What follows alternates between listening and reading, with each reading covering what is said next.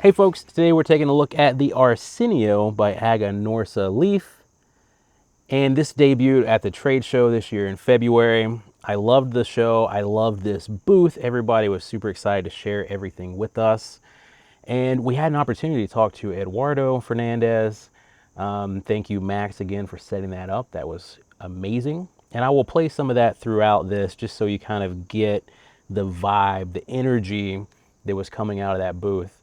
But this is a super exciting cigar because it honors Arsenio Ramos, their famed master blender, their famed late master blender. And this has come out with a lot of fanfare this year. So let's kind of experience it together.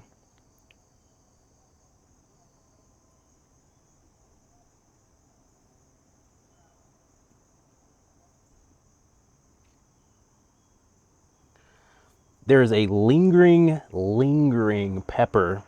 It just coats your whole palate, along with a bitterness that I associate with more espresso than dark chocolate.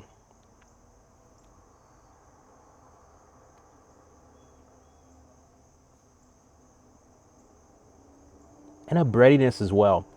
I would put this maybe in the rye category because of that spice, because of the other spices going along with just the heat.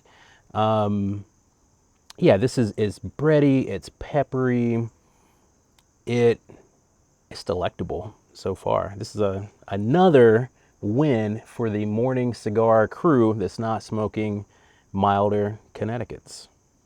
Our tobacco is special because we do things right from the beginning to the end.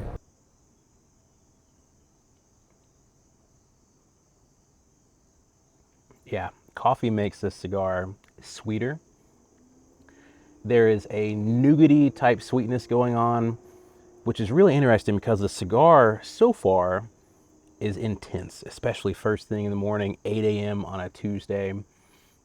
It's assaulting the senses in such a pleasant way. It's not timid. This is not Clark Kent. This is all Batman this morning.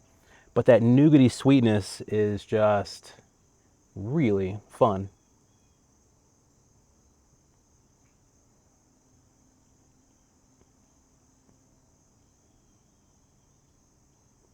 And I'm starting to get a little bit of caramel as well at this point. All right, so let's break down the blend. This is a Nicaraguan Puro with a Corojo wrapper. And I mean, that's two things Aganorsa is famed for, right? Nicaraguan Puros, their Corojo and Criollo tobaccos. I'm smoking the 6x44 Corona Gorda. We don't take shortcuts. We do things right. And time again, that pays off. And that's what we're all about. Aganorsa leaf, our leaf is taken to its full expression in a natural way. And when you smoke one of our cigars, you'll be able to sense that. And you know, I've seen a lot of people praise the Toro and the Robusto, so I've got to give those a go as well. This is the only experience I've had in this cigar is the Corona Gorda, which violates my terms of service, right? Like I always advocate trying multiple sizes before landing on a favorite. And if I remember correctly, the signature selection, the Robusto and the Toro were my favorite sizes. The Corona was just came in a little bit too hot, a little too spicy. There's a little bit of leather coming through.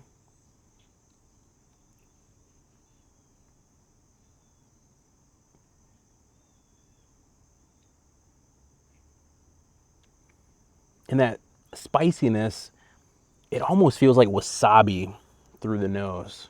Dropping the ash, the nougat comes through in spades.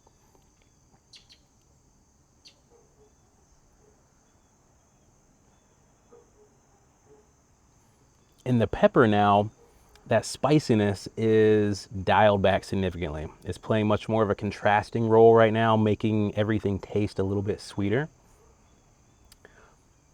Cedar is here, caramel is here. There's a creaminess to it now that it really wasn't there in the beginning. It was a little bit grittier, gave it a rough side out, leathery kind of texture. But right now this is very, very good.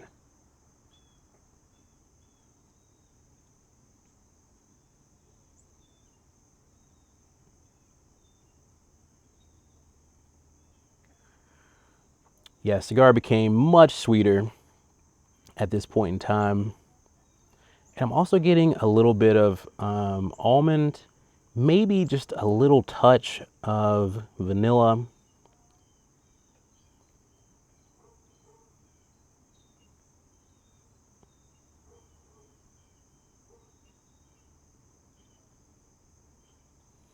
And some baking spices are complementing that heat. A little bit of maybe an allspice type of vibe. We've also got, on a more serious note, Arsenio Ramos was our chief of all operations in Nicaragua, had 40 years plus in Cuba, head of all tobacco processing in Pinar del Rio in Cuba, spent the last 20 years of his life working for us, and we've released his private blend that he used to smoke in the fields and on the farms. It's an annual release, 2,000 boxes of Robusto in Toro each, and then his favorite size, a Corona, that will also be available as well in 1,500 boxes total. So we're looking forward to having these blends out there. Please validate, we can't do it alone. Thank you so much for the support. Cheers, Aganorsa Flex. This is a very dynamic cigar. And sometimes I want those cigars that are linear because it's so good, so pleasant, so delightful that I just don't want it to stop. But often I want a cigar that changes gears, that showcases different things, different experiences throughout, because it doesn't get boring, for lack of a better word. It's engaging. But Arsenio is not only engaging, it's commanding. When it was spicy, it was spicy. When it's sweet, it is sweet. And right this moment, there's a savoriness building as well.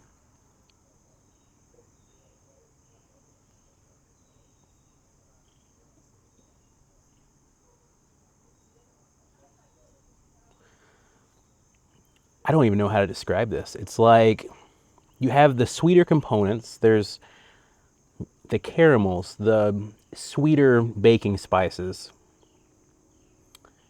There's still a breadiness to it as well. But then in the background, there's building, I don't know, kind of like when you bite that crunchy bit off of grilled chicken. Just that little bit of savoriness. And it's really just hitting everywhere. So good. So I've got a little spot here, and I'm just gonna touch it up, guys.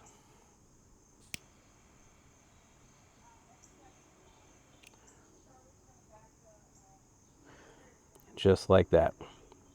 And the reason I wanted to show you that is because if you correct it early on, it doesn't become near as much of a problem. And then instead of torching the whole little spot that wasn't burning, I like to torch the beginning of it and then blow on it to encourage it to catch up to the rest. Because the more we use our lighter, the less flavorful this cigar will be. Just like humidity, we want just enough, but not too much. With the flame, we want just enough to ignite the tobacco, but not too much. If it burns too hot, then the flavors can turn acrid and bitter on us, which is why we keep the ash as well, because the ash insulates the cherry, and a longer cigar lets the smoke cool before it hits our palate. All good things.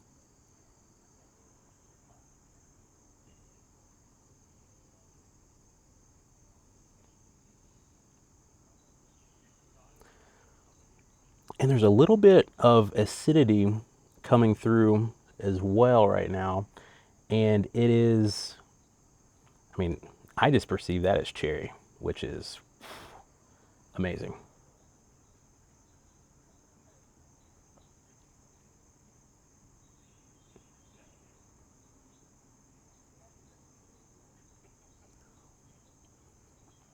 Such a good cigar. For 2 puffs in a row, I was tasting a little bit of cherry. And then right now on the back end, it's just dark, dark chocolate. Really reminds me of Christmas time with the cherry cordials. You know, I'm pretty sure it was Kyle from Ezra Zion that told me the more you look at a cigar, the more you like it. And I often this morning I find myself just staring at the band, appreciating the cigar. This is just well done, guys.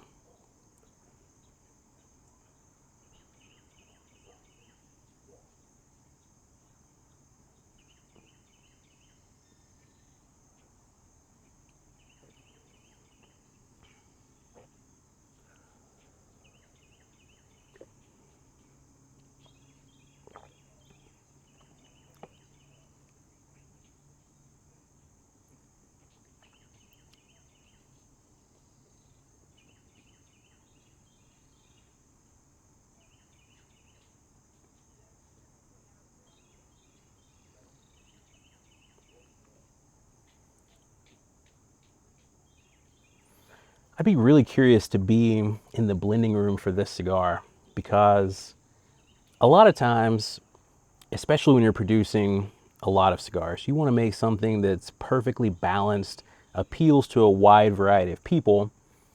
But man, this cigar is just so dynamic. I don't know if somebody were like, hey, I want a cigar that tastes like X, if I'd be like, oh my gosh, you have to try this cigar because it changes so often throughout the whole experience so far. I think this is, it's got to be really, really hard to blend. And not only that, but then to pitch it and be like, this is the one. Because it's not generic. This, I don't think, would appeal to everybody. But it sure as hell appeals to me.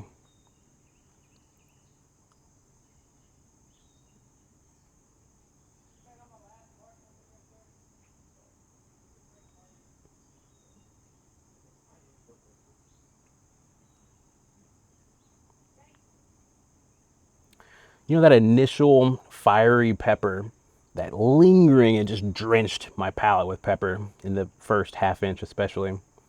That reminds me a lot of the Lunatic Torch. And if you also like spicy cigars, I'm becoming more and more of a fan. The last 2 years, I've really gravitated towards spicy cigars. Try the Lunatic Torch. I think it's a visionary size that I really, really love, but solid choice. All right, dudes, I've got to take my oldest to school. I'm going to drop the rating criteria, so to speak, even though this isn't really a review. And yeah, I hope you guys enjoy this. We'll see you again soon.